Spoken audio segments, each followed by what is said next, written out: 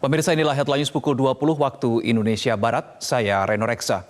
Partai Golkar tengah ancang-ancang bergabung dengan Koalisi Kebangkitan Indonesia Raya yang beranggotakan Gerindra dan PKB. Namun jika jadi bergabung, Golkar tetap menginginkan agar Ketua Umumnya Erlangga Hartarto menjadi cawapres pendamping Prabowo Subianto. Di sisi lain, PKB yang sejak awal bersama Gerindra tetap bersikeras agar Muhaimin Iskandar lah yang menjadi cawapres Prabowo.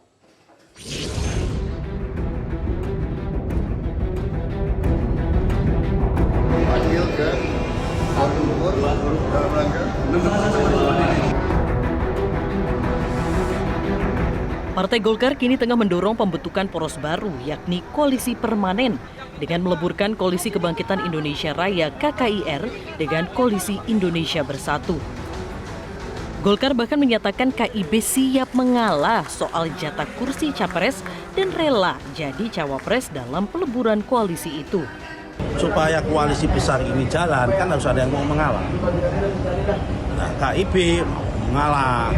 Mengalahnya apa? Supaya terbentuk koalisi besar, oke, kita bentuk, tapi wakil presidennya dari KIB. Golkar adalah partai terbesar di dalam KIB, maka bagi kami menjadi wajar dan elok kalau seandainya wakil presidennya itu dari Golkar, yaitu Pak Erlangga. Namun permasalahannya, PKB yang sejak awal membangun komunikasi dengan Gerindra masih bersikeras agar Muhaimin Iskandar atau Gus Imin lah yang jadi cawapres Prabowo. PKB mempersilahkan jika Golkar ingin merapat ke KKIR. Namun Golkar diminta harus menghormati keputusan KKIR jika Prabowo diusung sebagai capres dan Gus Imin sebagai cawapres. Di level kami dengan Gerindra kita belum bisa terima proposal ini.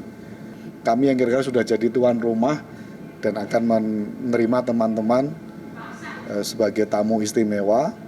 Gus Imin dan Pak Prabowo sudah dalam satu rumah, sudah berkeluarga, kira begitu. Lalu siapa yang lebih kuat? Erlangga atau Gus Imin untuk menjadi cawapres Prabowo? Terkait usulan Golkar yang ingin menjadikan Erlangga sebagai cawapres, Waketum Gerindra Habibur Rahman menegaskan masalah tersebut bakal dibahas setelah koalisi terbentuk.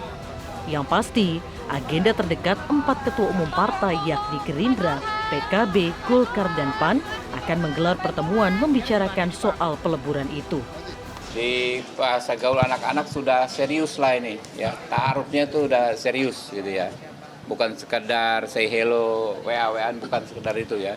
Sudah ada komunikasi intensif antara para petinggi-petinggi kami. Itu nantilah ya, yang sekarang kelihatan rumit nantinya nggak rumit lagi ya. Golkar menyebut jika tawaran tersebut tak berhasil, Golkar sudah menyiapkan strategi lain dengan membentuk koalisi bersama PAN. Wacana koalisi permanen muncul pertama kali saat pertemuan menteri-menteri di Kuala Lumpur, Malaysia. Menteri Investasi Bahlil Lahadalia sempat berceletuk tentang koalisi permanen kepada Prabowo. Prabowo menanggapi dengan menyebut masih memegang prinsip tentara.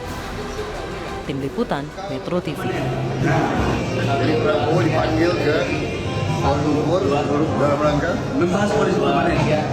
Jadi Pak hidup itu jangan dibikin rumit. Itu kan sebagai mantan tentara ya. Jadi saja Pak.